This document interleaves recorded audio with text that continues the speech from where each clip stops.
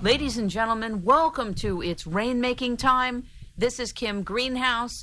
It's a wonderful day today. We're at the Lux Hotel on Sunset Boulevard in California. They have provided this wonderful space for this interview with George Gilder, Editor-in-Chief of Gilder Technology Report, Chairman of Gilder Publishing, LLC. He's also the Senior Fellow at the Discovery Institute, where he directs Discovery's program on high technology and public policy. He's the author of 15 books, a writer for Forbes magazine and also for Wired. He is best known for his pioneering work in supply-side economics.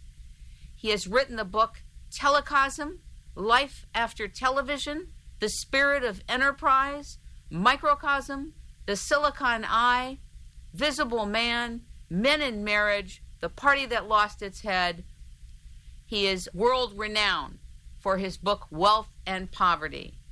If you really want to capture the excitement of entrepreneurism, creativity, the law of accelerating returns, and put them all together, you have George Gilder.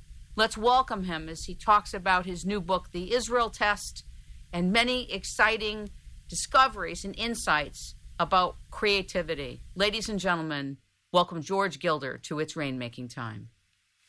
Remember Herman Kahn? I'm too young. Herman Kahn was this gigantic thinker who wrote about nuclear weapons and wrote about thinking about the unthinkable. And he was this huge, obese person who sat up and just spilled ideas in an amazing stream and predicted all kinds of developments, like the emergence of China, the emergence of Japan.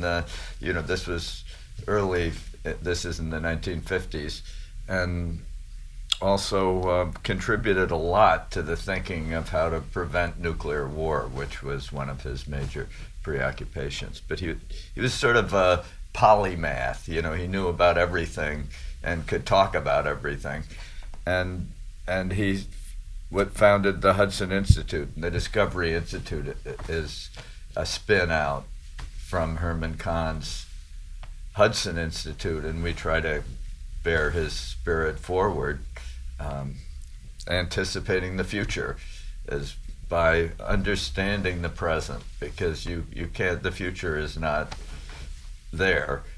You can, however, grasp the dynamics of the present, and that gives you some glimpse of the directions in which the future is moving. You are so excited about what the future holds for us. And part of it has to do with this law of accelerating returns and this exponential growth. Talk about it. Well, the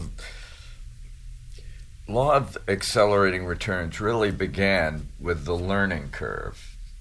And this was the discovery, and it really was a discovery, that in almost any kind of product or service that can be defined in units, the cost of producing one of the units declines by between 20 and 30% for every doubling of the number of units. And so it was originally ascribed to learning, and there are the economies of scale and economies of scope and all the benefits that you gain when you do things lots of times. You gain experience, and so it became the experience curve, and it was the foundation for a big business which the Boston Consulting Group began, and it's the foundation for supply-side economics, which really is based on the proposition that you lower tax rates and people will do a lot more things, and costs will tend to drop and revenues will expand. You gain more revenues at a low price than you do at a high price. And so is that the essence of supply side? I mean, is that the basic? That's the foundational side of it. That's the foundation of it. It's supply side economics is based on entrepreneurial creativity, and each of these entrepreneurial creations then benefits from a learning curve as their production expands. And that means that the people who make it get better as they repeat the process, and they move down the curve. So it becomes increasingly cheap to do it. And the Boston Consulting Group discovered by examining hundreds of markets from pullets, eggs, insurance policies, automobiles, whatever it was, as you increase the incidence of production, the costs drop between 20 and 30%. Now, this becomes magical when you're really increasing the number of units by some vast exponential amount, as we are with transistors. And what we call Moore's law, which is the doubling of the number of transistors, little functioning logical elements, on a microchip every 2 years. And this has really been the force that's governed technology in America. The doubling, but transistors have increased from a few hundred on a chip to billions, literally, on a chip. And this means that the experience in making transistors has doubled over and over and over again over the years, and the cost of a single transistor has dropped from, $6 per transistor 50 years ago to literally too little to measure today on a billion transistor chip with that sells for $10. You could, or $100 even.